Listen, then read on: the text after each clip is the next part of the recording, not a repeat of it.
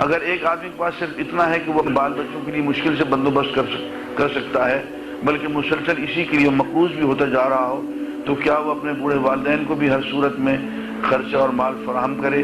نہ کر سکے تو کیا نافرمان ہوگا؟ اس سوال کے جواب میں پہلے دے چکا ہوں۔ بات یہ ہے کہ ترجیحات کو ہم شاید نہیں جانتے۔ آپ اس وقت تک ایک لقمہ کھانے کا نہیں کھا سکتے خود جبکہ آپ کے والدین نہ کھا چکا ہوں۔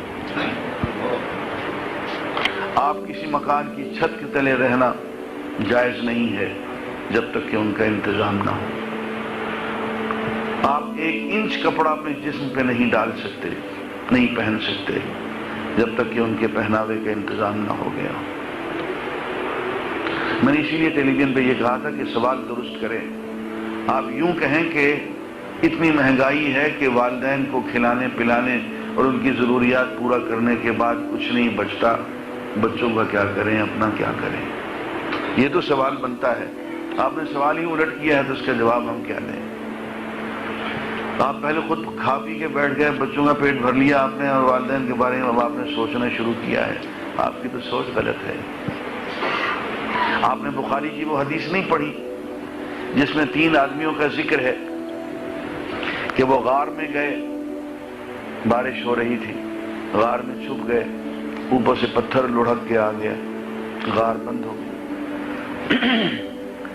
تو انہوں نے کہا کہ اپنے اپنے اعمال یاد کرو، اگر کوئی نیک عمل کیا ہے تو اس نیک عمل کا واسطہ دے کے اللہ سے بخشش طلب کرو۔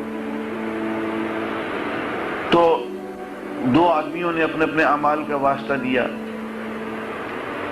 تیسرے کا جو تھا وہ یہ تھا کہ اے اللہ میرے بوڑھے والدین تھے، میں کبھی بھی ان کو کھلائے پلائے بغیر نہ خود کھاتا تھا نہ بچوں کو کھلاتا پلاتا تھا۔ ایک دن میں جنگل سے لکڑیاں کاٹ کے آنے میں مجھے دیر ہو گئی تو والدین سو چکے تھے، اور میں دودھ کے 2 گلاس لے کے والدین کے سرہانے کھڑا ہو گیا کہ جب یہ جاگیں گے تو انہیں پلاؤں گا۔ بچے میرے قدموں میں رو رو کے وہیں قدموں پہ زمین پہ سو گئے۔ میں نے نہ خود کچھ کھایا پیا، نہ میں نے بچوں کو کھلایا پلایا، نہ بیوی کو، اور ساری رات میں والدین کے سرہانے کھڑا رہا کہ جس وقت یہ جاگیں گے تو صبح کے قریب جب ان کی جاگ ہوئی تو میں نے وہ دودھ ان کو پلایا، اور اس کے بعد پھر ہم نے خود کھایا پیا۔ پھر اے اللہ یہ عمل اگر میں نے تیری رضا کے لیے کیا تھا تو اے اللہ آج یہ مشکل حل فرما دے، یہ پتھر دور فرما دے، اور پتھر ہٹ گیا۔ تو عزیزان گرامی، ہمیں اجازت نہیں ہے، اس لیے کہ والدین کے حقوق جو ہیں وہ حقوق نفس پہ فائق ہیں، وہ بیوی کے حقوق پہ فائق ہیں، وہ بچوں کے حقوق پہ فائق ہیں۔ تو جب تک کہ ہم ان کا انتظام پہلے نہ کر لیں، اپنا اور اپنے بیوی بچوں کا انتظام کرنا جائز نہیں۔